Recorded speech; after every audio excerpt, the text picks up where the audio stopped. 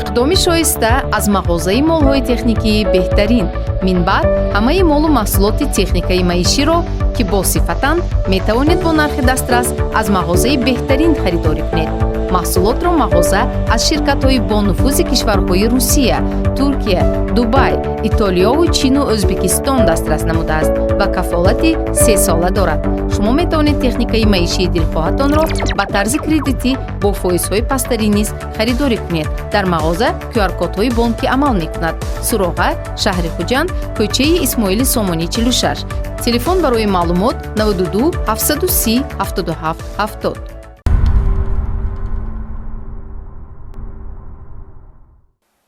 дар шуъбаи вазорати корҳои дохилии як дар ноҳияи Шоҳмансури шаҳри Душанбе нисбати як гурӯҳ авбошон тибқи талаботи моддаи 237 Кодекси ҷиноятии Ҷумҳурии Тоҷикистон парвандаи ҷиноятӣ оғоз карда шудааст. нафарони боздошт гардида дар яке аз сарабхонаҳои ҳудуди ноҳияи мазкур дар нимашаб байни ҳам муноқиша карданд ки дар баробари лату кӯби якдигар як нафар аз кор ҷароҳат бардоштааст. капитани милисия Сироҷдини Шакурӣ аз рафти тафтишот гузориш медиҳад.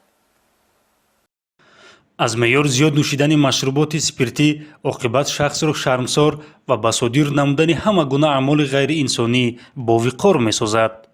кормандони шуъбаи вазорати корҳои дохилӣ як дар ноҳияи Шоҳмансур санаи 27 августи соли ҷорӣ тахминан соати 3:30 дақиқа бо хабари қисми навбатдорӣ ба ҷои ҳодиса яъне ба тарабхонаи Амира воқеъ дар кӯчаи 1 майи ноҳияи мазкур дар ҳол ҳозир гардиданд.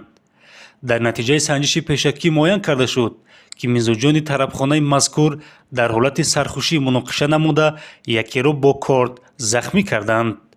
дар натиҷаи пешбурди як қатор чорабиниҳои оперативии ҷустуҷӯӣ ҳамчун гумонбар дар содир намудани ҷинояти мазкур шаҳрвандон Абдулхайров Абдулло Файзуллоевич санаи таваллудаш 1995 сокини шаҳри Душанбе ва муҳофизи тарабхонаи мазкур Ҳалимов Ҷаҳонгир Алихонович санаи таваллудаш 1999 дастгир карда шуданд. тафтишоти пешакии ҳодисаи мазкур муайян намуд ки гумонбаршаванда Абдулхайров Абдулло асисоти авбошӣ ба шаҳрванд Раҳимов Қудратулло санаи таваллудаш 2003 сокини шаҳри Душанбе дарафтода бо истифода аз корди дар дасташ буда ба ӯ ҷароҳати ҷисмонӣ расонидааст. Ман света киштиму ва ҳамин кӯчат як тарафи ҳамин росташ задам. муҳофизи тарабхонаи мазкур Ҳалимов Ҷаҳонгир бошад, ба ҷои он ки аз сар задани чунин ҳодиса пешгирӣ намояд, баръакс барои пинҳон ва аз ҷавобгарӣ озод шудани гумонбаршаванда мусоидат намуда корд яъне олоти ҷиноятро пинҳон кардааст. вақти абдо кӯча қатъиза дагша кӯчара мара дудак ман будум кӯчара баҷо кардам ба милисия хабар накардам. ҳамин кора пинҳон кардам. вобаста ба ҳолати мазкур айни замон парвандаи ҷиноятӣ оғоз карда шуда мавриди тафтишоти пешакӣ қарор дорад.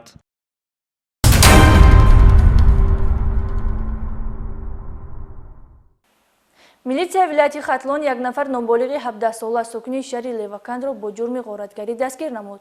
гумонбар дар нимашаб дар кӯчаи Кирови шаҳри мазкур як нафар сокини 54 солаи ҳамин шаҳрро ҳадафи ҷиноят қарор дода, телефони мобилияшро аз они худ намудааст.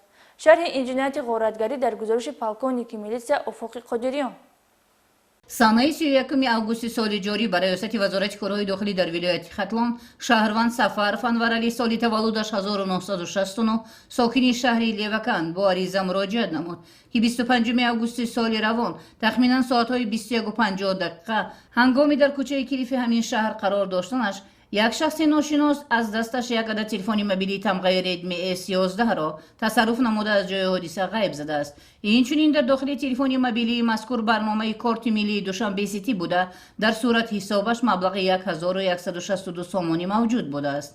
ҳангоми гузарондани чорабиниҳои оперативии ҷустуҷӯӣ аз ҷониби кормандони шӯъбачаи нуҳуми шӯъбаи кофткови ҷиноятии раёсати вазорати корҳои дохилӣ дар вилояти Хатлон як нафар ноболиғи 17 сола сокини шаҳри Леваканд бо гумони содир намудани ҷинояти ғоратгарӣ дастгир карда шуд. муайян карда шуд ки гумонбаршуда тавассути барномаи Душанбе Сити аз сурати ҳисоби ҷабрдида 1071 сомониро тасарруф кардааст. зарари расонида шуда ба ҷабрдида 3571 сомониро ташкил медиҳад. я мабдакро пиён дидам ба ҷои торикӣ бурдам гуфтум ака соат алек чашта соат телефонша кисаш бурам телефонша гирифтам гирехтам.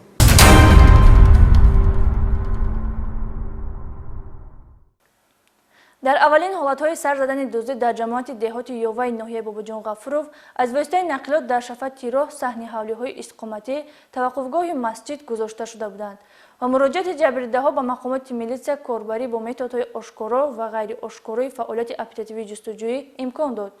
Милитсия шахсияти содиркунандаи тасарруфкориро муайян созад.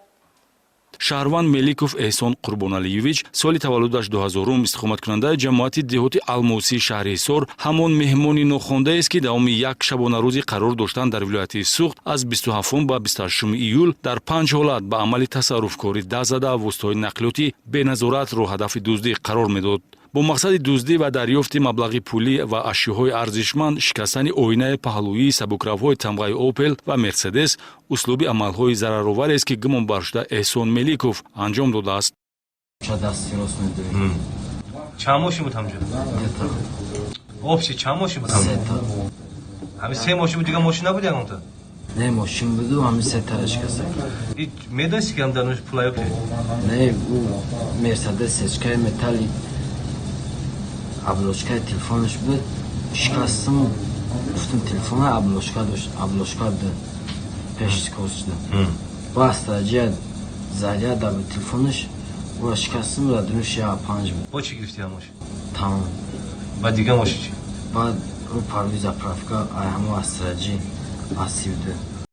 дар назди масҷиди Бурхи Сармасӣ Валии ҷамоати деҳоти Ёва 3 ҳолат, саҳни осоишгоҳи Юсуфзода ва кӯчаи Каримов 1 ҳолати дуздӣ аз дохили нақлиётро милитсия ба қайд гирифт. Дар 2 ҳолати дуздӣ гумонбаршуда аз дохили нақлиёт 40 ва 53 сомонӣ маблағи пулӣ, дар 1 ҳолат телефони мобилӣ бо арзиши 2000 сомониро дуздидааст. Дар 2 ҳолати дигар бошад бинобар наёфтани чизҳои қиматнок аз ҷои ҳодиса ғайб мезанад. аммо дар 5 ҳолати дуздӣ расонидани осеби техникӣ, шикастани оинаи мошин зарари моддиест, ки ба ҷабридаҳо расонида шудааст. سهر خیستم آینه ماشین شکستگی ملیسه تلفن کردم دزدا با شما چند مقدار ضرر رسوند؟